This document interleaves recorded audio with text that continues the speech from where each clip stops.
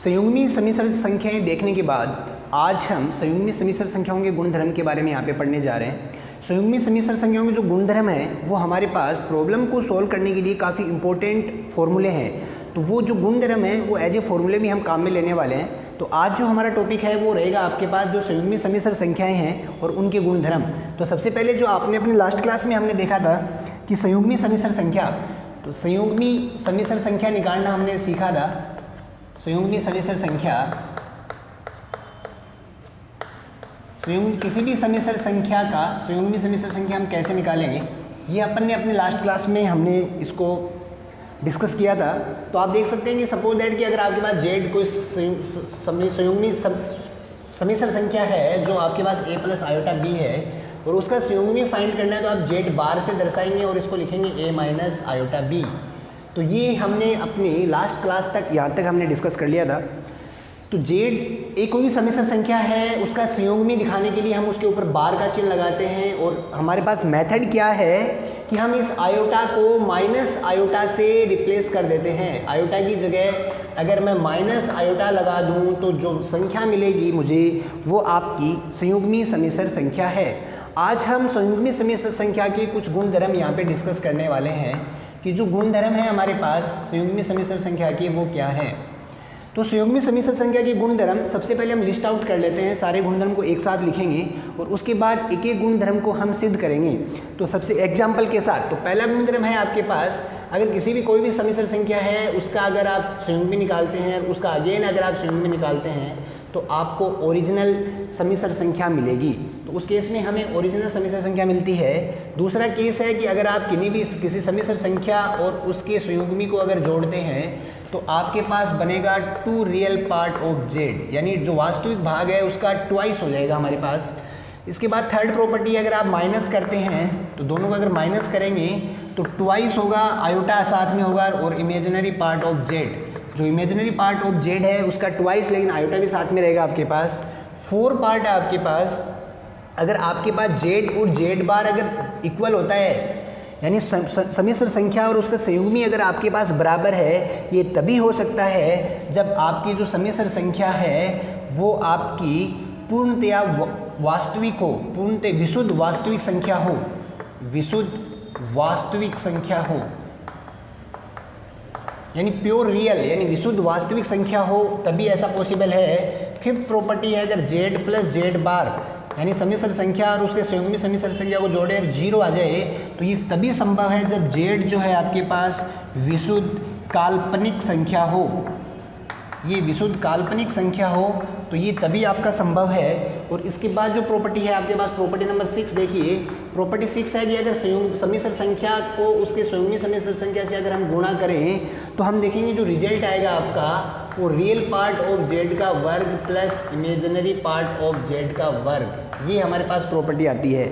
तो जो यहाँ पे हम देखेंगे कि आप देखेंगे कि जो रियल पार्ट ऑफ जेड का स्क्वायर प्लस जो इमेजिनरी पार्ट ऑफ जेड जो है उनकी स्क्वायर की इक्वल होगा हमारे पास।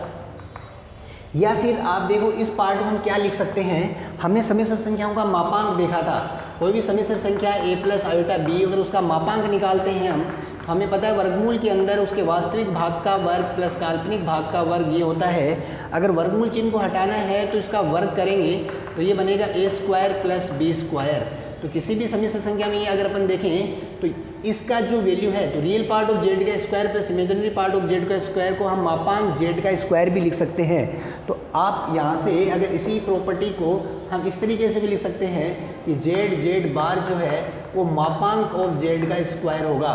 तो ये 6 प्रॉपर्टी काफ़ी इंपॉर्टेंट प्रॉपर्टी है हमारे लिए कि अगर कोई समिश्र संख्या है उसको उसके अगर संयुग्मी समिश्र संख्या से अगर गुणा करते हैं तो आप देखेंगे कि जो समिश्र संख्या का जो मापांक है उसका वर्ग आएगा। या फिर हमारे पास कोई समिश्र संख्या, उसके संयुग्मी समिश्र संख्या और उसके मापांक तीनों में क्या संबंध है, तो वो संबंध हमारे पास ये होगा। 7 जो प्रॉपर्टी है आपके पास, अगर मैं किन्हीं भी दो समिश्र संख्याओं को अगर जोड़ देता हूँ और उसका अगर संयुग्मी निकालता हूँ तो वो उनके अलग अलग संयुग्मी के योग के बराबर होगा। आप देख सकते हैं कि अगर दो समिश्र संख्याओं को जोड़ते हैं और उनका संयुग्मी निकालें तो वो अलग अलग जो संयुग्मी समिश्र संख्या है उनके जोड़ के बराबर होगा। 8 पे आपके पास अगर कोई दो समिश्र संख्याओं को माइनस करें और उसका संयुग्मी निकालें तो उनके अलग अलग संयुग्मी से अगर दोनों को माइनस करें तो भी उनके बराबर होगा। 9 प्रॉपर्टी है आपके पास, अगर मैं किन्हीं भी दो समिश्र संख्याओं को गुणा करके अगर उसका संयुग्मी निकालूं तो वो अलग अलग संयुग्मी के गुणा के इक्वल होगा। 10वीं प्रॉपर्टी है आपके पास Z1 अपॉन Z2, अगर कोई दो समिश्र संख्याएं हैं और उनको अगर मैं भाग देता हूं और फिर मैं उनका अगर संयुग्मी निकालूं तो वो उनके अलग अलग संयुग्मी को अगर भाग अगर मैं देता हूं तो वो उसके बराबर होगा। तो इस तरीके से ये 10 गुणधर्म जो हैं वो हमारे पास 10 फॉर्मूले हैं और ये काफ़ी इंपॉर्टेंट हैं, इनकी हमें अच्छे से प्रैक्टिस करनी है और अच्छे से आपको इनको अच्छे से आपको बाई टंग करना है, इनको अच्छे से आपको सीखना है। तो यहाँ से अगर अपन देखें तो अब हम 1 बाई 1 इन फॉर्मूलों को, इन प्रॉपर्टीज़ को, इन गुणधर्म को यहाँ पे देखने जा रहे हैं। यहाँ पे हम देखने जा रहे हैं सारे गुणधर्म को 1 बाई 1 विद एग्जाम्पल हम देखेंगे। तो पहला गुणधर्म है हमारे पास, अगर किसी भी समिश्र संख्या का संयुग्मी हमें वास्तविक यानी ओरिजिनल समिश्र संख्या देगा। आपने एग्जाम्पल लिया Z = 3 + 4 आयोटा है, इस समिश्र संख्या का आपने निकाला संयुग्मी तो वो बन गया 3 - 4 आयोटा, उसका फिर से आपने संयुग्मी निकाला तो बन गया 3 + 4 आयोटा। वो 3 + 4 आयोटा आपका Z है, यानी किसी भी समिश्र संख्या का संयुग्मी उसका अगेन संयुग्मी आपका वो समिश्र संख्या होती है। तो ये काफ़ी इंपॉर्टेंट प्रॉपर्टी है हमारे पास। सेकंड प्रॉपर्टी है, अगर हम किन्हीं भी दो एक समिश्र संख्या और उसके संयुग्मी को अगर हम जोड़ देते हैं तो हमारे पास 2 रियल पार्ट ऑफ Z, यानी जो वास्तविक भाग है उसका दुगुना हमें मिलेगा। तो हमने एग्जाम्पल लिया Z = 3 + 4 आयोटा, तो Z बार है आपका 3 - 4 आयोटा, दोनों को अगर हम जोड़ दें तो Z + Z बार 3 + 4 आयोटा प्लस 3 - 4 आयोटा। तो आप देखेंगे जो 3 तो ट्वाइस ऑफ 3 है, तो ट्वाइस इंटू 3 क्या है, 3 इसी समिश्र संख्या का वास्तविक भाग है यानी रियल भाग है। तो रियल वास्तविक भाग को हम इस तरीके से लिखते हैं। तो किन्हीं भी दो समिश्र संख्या के उसके संयुग्मी समिश्र संख्या के साथ अगर ऐड करते हैं तो हमें ट्वाइस ऑफ उसके वास्तविक भाग यानी उसका जो वास्तविक भाग है उसका ट्वाइस हमें यहाँ पे मिलने वाला है। तो हमने दूसरा गुणधर्म हमने डिस्कस किया। इसके बाद हम जो देखेंगे वो है आपके पास थर्ड गुणधर्म। थर्ड गुणधर्म है आपके पास, अगर मैं किसी समिश्र संख्या में से उसके संयुग्मी समिश्र संख्या को अगर मैं माइनस करता हूँ तो वो बनेगा मेरे पास 2 आयोटा और उसका जो इमेजिनरी पार्ट है वो ट्वाइस। तो इमेजिनरी पार्ट ऑफ ट्वाइस बनेगा, जो यानी जो इमेजिनरी पार्ट यानी जो उसका काल्पनिक भाग है उसका ट्वाइस बनेगा। यहाँ अगर अपन कोई एक उदाहरण लेते हैं, उदाहरण है Z = 3 + 4 आयोटा और Z बार होगा 3 - 4 आयोटा। अगर दोनों को अगर मैं माइनस करता हूँ तो आप देखेंगे 3 + 4 आयोटा -3 + 4 आयोटा, 3 से 3 कट होगा आपका 4 आयोटा 4 आयोटा। तो ये आप देख सकते हैं ट्वाइस आयोटा और ये बन जाएगा आपका 4, यानी जो 4 है उसका ट्वाइस, तो 2 आयोटा और 4 जो है वो आपका काल्पनिक भाग है जिसको आप इमेजिनरी पार्ट ऑफ Z से लिखते हैं। तो अगर हम किसी भी समिश्र संख्या को में से उसका अगर संयुग्मी समिश्र संख्या माइनस करेंगे तो आपके पास ये प्रॉपर्टी बनेगी। नेक्स्ट प्रॉपर्टी जो प्रॉपर्टी नंबर 4 है आपके पास, प्रॉपर्टी नंबर 4 है आपके पास कि Z = Z बार। ये कब पॉसिबल होगा? ये तभी पॉसिबल होगा जब समिश्र संख्या जो है जो Z जो समिश्र संख्या है वो एक वास्तविक यानी प्योरली वास्तविक यानी विशुद्ध आपकी वास्तविक संख्या हो। तो Z एक विशुद्ध वास्तविक संख्या हो, विशुद्ध वास्तविक संख्या अगर होगी उसी केस में ये कंडीशन हमारी पॉसिबल है। आप देख सकते हैं कोई एग्जांपल जैसे Z = 3 है, इस केस में अगर इसका मैं संयुग्मी निकालता हूं तो वो भी आपका 3 होगा। तो आप देख सकते हैं दोनों इक्वल हैं हमारे पास। और कब इक्वल होंगे? जब आपके पास जो समिश्र संख्या होगी वो एक विशुद्ध वास्तविक समिश्र संख्या होगी। इसके बाद जो प्रॉपर्टी थी आपके पास, प्रॉपर्टी नंबर 5, फिफ्थ प्रॉपर्टी थी कि अगर समिश्र संख्या और उसकी संयुग्मी को अगर हम जोड़ें तो 0 आएगा। और वो कब आएगा? जब ये जो समिश्र संख्या Z है वो आपके पास विशुद्ध काल्पनिक हो। अगर विशुद्ध काल्पनिक समिश्र संख्या होगी तभी ये पॉसिबल है। तो अगर अपन देखें तो Z मान लो हमारे पास एग्जाम्पल था, कोई एग्जाम्पल है 2 आयोटा और एक आपके पास विशुद्ध काल्पनिक संख्या है, इसका संयुग्मी अगर लें तो वो -2 आयोटा। अगर दोनों को अगर हम जोड़ देते हैं तो वो बन जाएगा 2 आयोटा माइनस 2 आयोटा और वो आपका 0 होगा। तो जेड प्लस जेड बार इनको सम्मिश्र संख्या और उसका संयुग्मी का योग अगर हमें 0 आता है तो वो तभी आ सकता है जब वो सम्मिश्र संख्या हमारी विशुद्ध काल्पनिक संख्या हो। इसके बाद जो हम एग्जाम्पल देखने वाले हैं, जो प्रॉपर्टी जो गुणधर्म हम देखेंगे वो हमारे पास 6। तो गुणधर्म जो 6 है आपके पास कि अगर किसी भी सम्मिश्र संख्या 6 गुणधर्म है कि किसी भी सम्मिश्र संख्या z और उसके संयुग्मी को अगर हम गुणा करते हैं तो उसका मापांक का वर्ग होगा, या आप ऐसे भी दे सकते हैं कि उसका जो रियल पार्ट यानी वास्तविक भाग का वर्ग प्लस जो इमेजिनरी भाग है यानी जो उसका काल्पनिक भाग है उसके वर्ग के इक्वल होगा। तो यहाँ से अपन देखें तो z जो है आपके पास वो कोई सम्मिश्र संख्या है, वो माना 3 प्लस 4 आयोटा है। उसका मापांक जो अगर आप निकालेंगे तो वो आप रूट के अंदर 3 यानी 9 प्लस 16, तो ये मॉडुलस ऑफ z ये आ जाएगा 16 9 25, 16 9 25 होगा आपके पास। तो मॉडुलस ऑफ z जो आया आपके पास वो 5 आता है। इसका वर्ग अगर हम करें तो वो आपके पास 25 है। और यहाँ से अगर देखें तो z बार जो है वो आपका 3 माइनस 4 आयोटा है।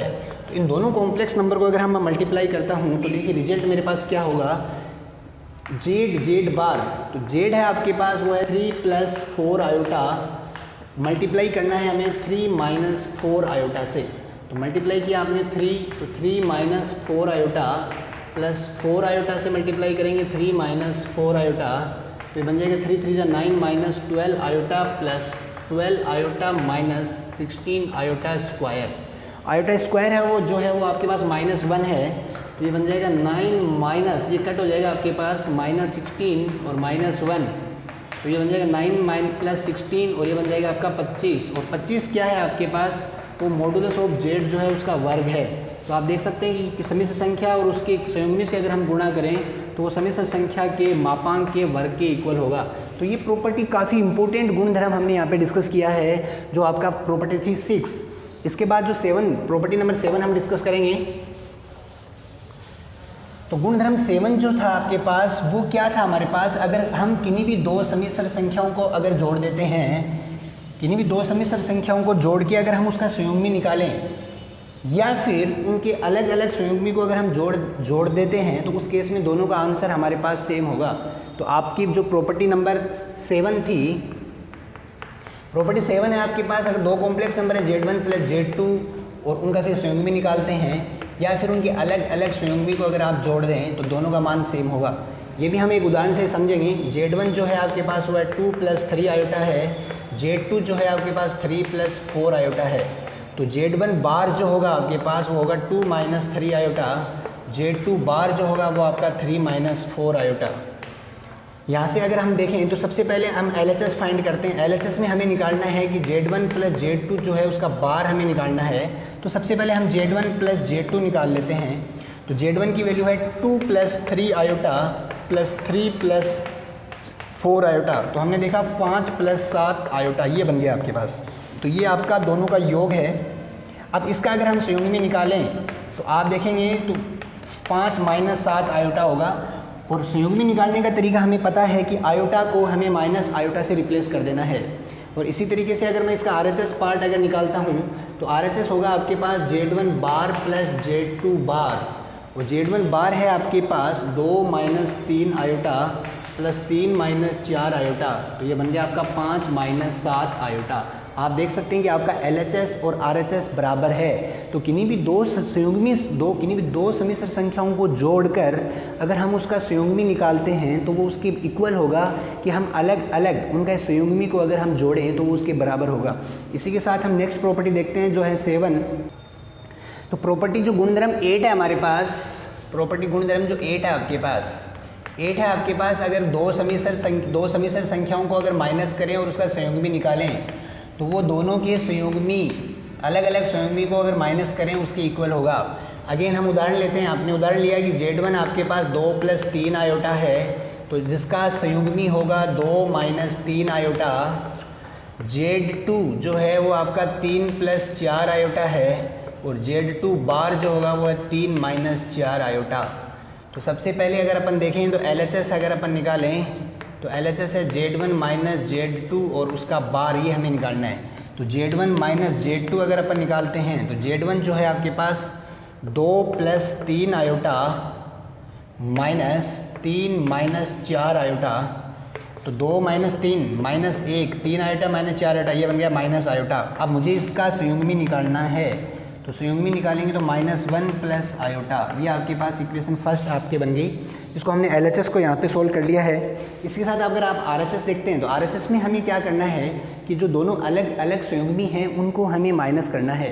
तो आप RHS को अगर यहाँ से देखें तो RHS आप देखेंगे कि Z1 बार हमें निकालना है, Z1 बार माइनस Z2 बार।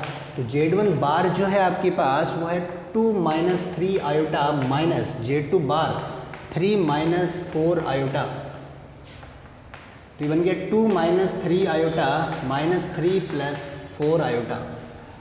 तो यहाँ से अगर देखें 2 माइनस 3 बन गया -1, माइनस 3 आयोटा प्लस 4 आयोटा, ये बन गया प्लस आयोटा, -1 प्लस आयोटा और -1 प्लस आयोटा। आप देख सकते हैं कि जो आपका LHS RHS सेम है। तो यहाँ पे हमने क्या देखा कि अगर कोई भी दो समिश्र संख्या हैं उनको माइनस करने के बाद अगर मैं उनका संयुग्मी निकालता हूँ तो वो बराबर होगा दोनों के अलग अलग संयुग्मी निकालने के बाद अगर मैं उनको माइनस करता हूँ। तो ये थी हमारे पास प्रॉपर्टी नंबर 8। इसके बाद हम देखेंगे प्रॉपर्टी नंबर 9।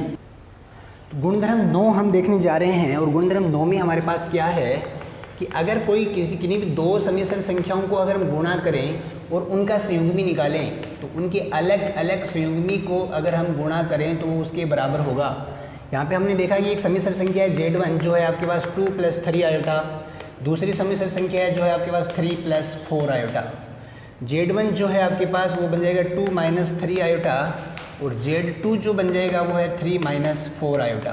तो सबसे पहले हम LHS निकालते हैं और LHS में मुझे क्या निकालना है, मुझे निकालना है Z1 Z2 का बार हमें निकालना है। तो सबसे पहले मुझे दोनों का मल्टीप्लाई हम यहाँ से निकाल लेते हैं Z1 Z2, तो वो बन जाएगा 2 प्लस 3 आयोटा 3 प्लस 4 आयोटा। बंटन नियम का यहाँ पे पालन करवाएंगे तो 2 3 plus 4 iota plus 3 iota 3 plus 4 iota. इसको सोल्व करें तो बन जाएगा 6 प्लस 8 आयोटा, फिर 9 iota plus 12 iota square.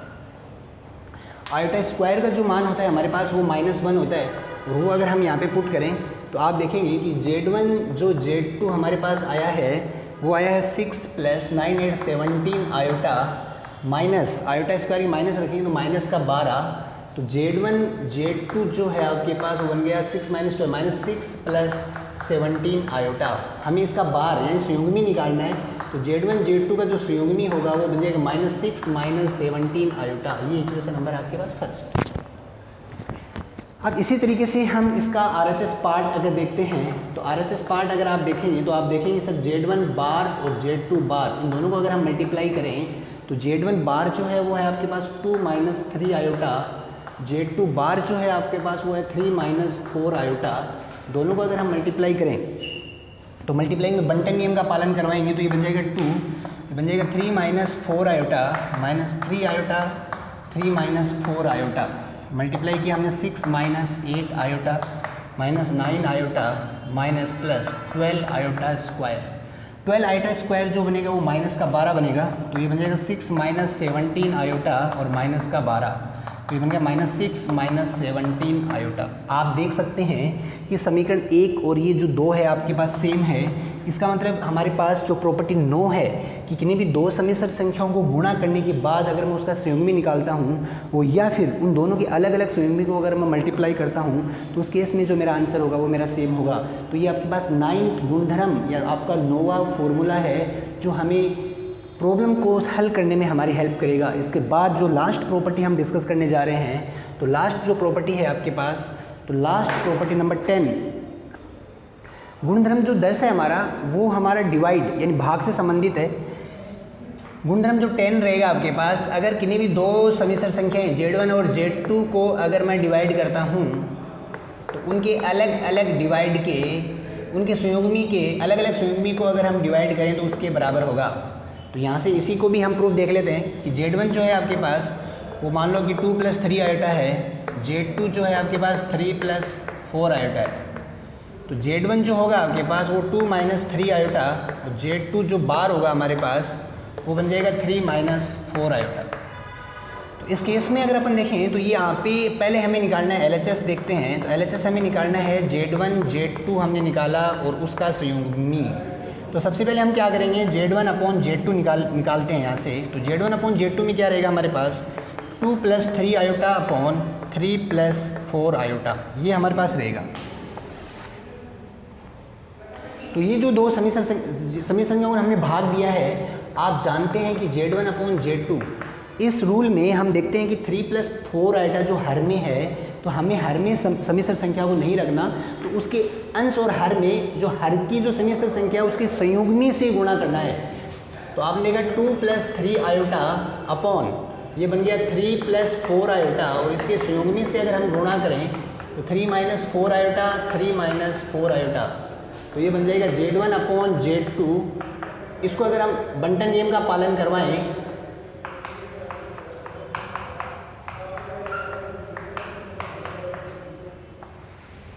a + b a - b का स्क्वायर करेंगे तो 3 का स्क्वायर माइनस 4 आयोटा का स्क्वायर, तो Z1/Z2 जो आएगा 6 - 8 iota 9 iota minus 12 iota square, ये बन जाएगा 9 - 16 आयोटा स्क्वायर। तो यहाँ पे हम इसको सोल्व करते हैं तो ये बन जाएगा हमारे पास, देखो आयोटा स्क्वायर की वैल्यू अगर हम पुट करें तो आयोटा स्क्वायर जो है वो -1 है आपके पास। तो यहाँ से अगर अपन देखें तो Z1/Z2 तो जो बनेगा हमारे पास वो बनेगा 6 - 8 आयोटा + 9 आयोटा, तो ये प्लस आयोटा, यहाँ पे -1 तो प्लस बन जाएगा +12, 9 - 16 यहाँ पे भी -1 बन जाएगा हमारे पास, तो ये बन जाएगा 18 + आयोटा अपॉन ये बन जाएगा 25। तो Z1/Z2 जो निकल के आता है आपका वो बन जाएगा 18/25 प्लस आयोटा 1/25। हमें निकालना है संयुग्मी समीकरण संख्या, तो Z1/Z2 निकालने के बाद इसका संयुग्मी अगर निकालेंगे तो बनेगा 18/25 माइनस आयोटा 1/25। तो ये आपके पास एज ए रिजल्ट आएगा। तो हम यहाँ से अगर हम देखते हैं तो ये जो आपका आंसर आया है इसका, तो वो बनेगा हमारे पास 18/25 माइनस आयोटा 1/25। अब इसका हम सेकंड पार्ट अगर अपन निकालें तो सेकंड पार्ट यानी RHS को अगर हम सोल्व कर लेते हैं यहाँ से,